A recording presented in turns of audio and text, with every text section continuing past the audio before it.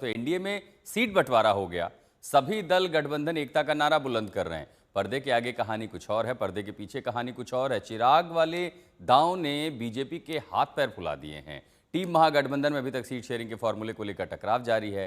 Seat sharing के ऐलान से पहले ही महागठबंधन के साथी सीपीआई-एमएल ने अपने प्रत्याशियों की पहली लिस्ट तक जारी कर दी है। तो इशारा यही है कि गठबंधन चाहे इधर का हो चाहे उधर का हो, सब कुछ ठीक तो नहीं है। यही तो बिहार की सियासत है। तो क्या बिहार की सियासी पिक्चर अभी बाकी है? जरा देखिए रिपोर्ट।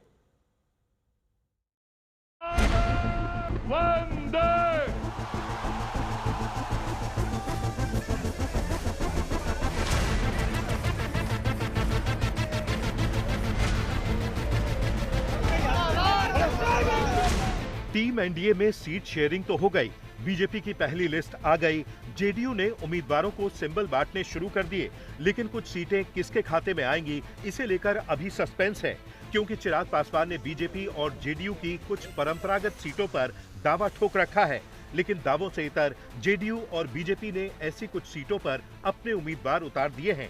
यानी सीट शेयरिंग पर एनडीए के सभी दल संग हैं, लेकिन दलों के कोटे में आई सीटों को लेकर दिल मिलेंगे या नहीं, ये बड़ा सवाल है। दूसरी तरफ महागठबंधन में अभी सीट शेयरिंग के फॉर्मूले पर कंफ्यूजन है। किस दल के खाते में कितनी सीट आएंगी, अभी आधिकारिक ऐलान नहीं हुआ है। सवाल यही है कि कांग्रेस की टॉप लीडरशिप के साथ तेजस्वी मुलाकात करके वापस पटना लौट चुके हैं, तो अभी तक सीट शेयरिंग को लेकर पेच कहां फंसा है? सीट शेयरिंग को लेकर जारी घमासान के बीच सीपीआई-एमएल ने अपने 18 उम्मीदवारों के नाम वाली पहली लिस्ट जारी कर दी है। क्या एनडीए में सीट बंटवारे पर सब कुछ ठीक है? क्या चिराग पासवान के दावे से मामला उलझ गया? महागठबंधन में आखिर इतना कंफ्यूजन क्यों है? लालू ने बांटा सिंबल, क्यों तेजस्वी ने वापस ले लिया? हाथ में सिंबल है। सीट बंटवारे पर सियासी पिक्चर अभी बाकी है। एनडीए में पेच कहां फंसा है, थोड़ी देर में बताएंगे। उससे पहले महागठबंधन में अंदर खाने छिड़े सियासी युद्ध के बारे में बताते हैं। सीट शेयरिंग को लेकर अभी तस्वीर साफ नहीं। मुकेश सहनी को लेकर तेजस्वी को कंफ्यूजन है। तेजस्वी ने उम्मीदवारों से वापस लिया सिंबल। सीएम फेस होंगे तेजस्वी, अभी तक ऐलान नहीं। सीट शेयरिंग से पहले सीपीआई-एमएल ने उतारे उम्मीदवार। ये तस्वीरें बीती रात की हैं।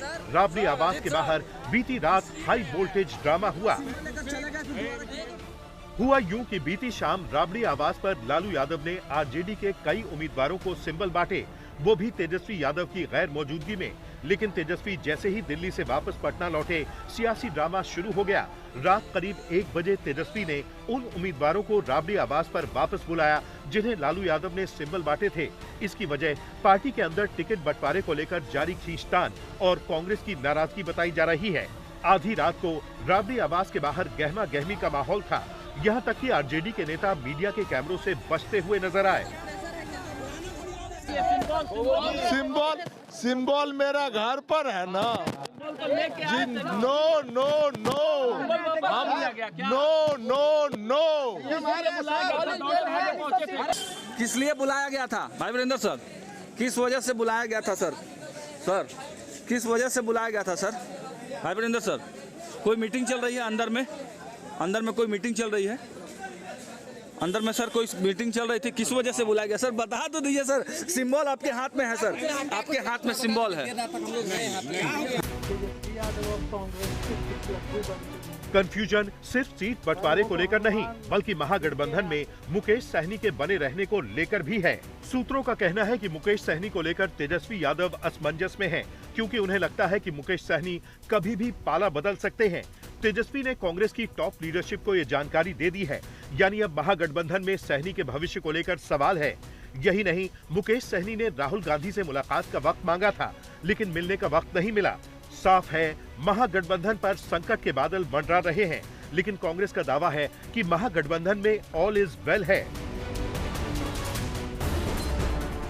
अब देखना यही है कि महागठबंधन में सीट शेयरिंग को लेकर कंफ्यूजन कब दूर होता है। वहीं दूसरी तरफ एनडीए में सीट बंटवारे के बाद मनभेद और मतभेद का दौर जारी है। वजह है चिराग पासवान का बीजेपी और जेडीयू की परंपरागत सीटों पर दावा ठोकना। आज बीजेपी ने अपने उम्मीदवारों की पहली लिस्ट जारी करके चिराग को साफ संदेश दे दिया है। दरअसल बीजेपी की जिन परंपरागत सीटों के चिराग के पाले में जाने की चर्चा थी, वो बीजेपी ने अपने पास रखी हैं। ये सीटें हैं दानापुर, अरवल, हिसुआ, लालगंज और तारापुर।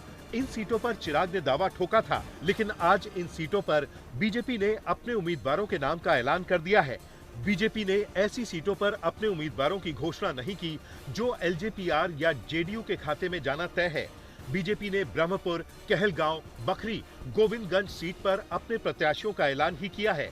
ब्रह्मपुर और गोविंदगंज सीट पर भी चिराग ने दावा ठोक रखा है। वहीं जेडीयू ने अपनी सिर्फ एक सीट बीजेपी को दी है और उसके बदले एक सीट बीजेपी से ली है। तारापुर सीट से अभी जेडीयू के सिटिंग एमएलए हैं, जिसे सम्राट चौधरी के लिए छोड़ा है, लेकिन बीजेपी से कहलगांव सीट ले ली है, जहां अभी बीजेपी का सिटिंग एमएलए है। हमारा और बीजेपी का गठबंधन जो है वो तो जॉर्ज नीतीश अटल अडवाणी एरा का है, उसमें कभी कोई दिक्कत नहीं होती है। सीटें कम ज्यादा भी होती हैं तो भी हम एक दूसरे के लिए स्नेहपूर्ण तरीके से काम करते हैं। मुझे उम्मीद है आज शाम तक या कल तक सीटें भी आइडेंटिफाई हो जाएंगी और ये जो क्योस अनार्की दिख रही है आपको वो भी खत्म हो जाएगी। दिक्कत वो हम एलजेपी और उपेंद्र कुशवाहा जी की पार्टी को अकोमोडेट करने में हो रही है। देखिए, हमारा गठबंधन बीजेपी से है। फ्रैंकली हमारे उनके बीच में मतभेद नहीं है। बाकी एलजेपी, हम और कुशवाहा जी की पार्टी की सीटों की तालमेल बीजेपी के साथ है and hopefully they are doing it. वहीं जेडीयू और चिराग की पार्टी के बीच कुछ सीटों को लेकर तनातनी जारी है। चिराग पासवान की पार्टी ने सोनबरसा सीट पर अपना दावा ठोक रखा है। ये वही सीट है जहां से अभी जेडीयू के मंत्री रत्नेश सदा विधायक हैं और नीतीश कुमार ने उन्हें इस सीट से अपनी पार्टी का सिंबल अलॉट कर दिया है। ठीक ऐसे ही मोरबा और राजगीर सीट को लेकर भी जेडीयू और चिराग पासवान आमने सामने हैं। अब देखना यही है कि चिराग पासवान की तरफ से सीटों पर किए गए दावों से टीम एनडीए कैसे निपटती है। पटना से रोहित कुमार सिंह के साथ आज तक ब्यूरो।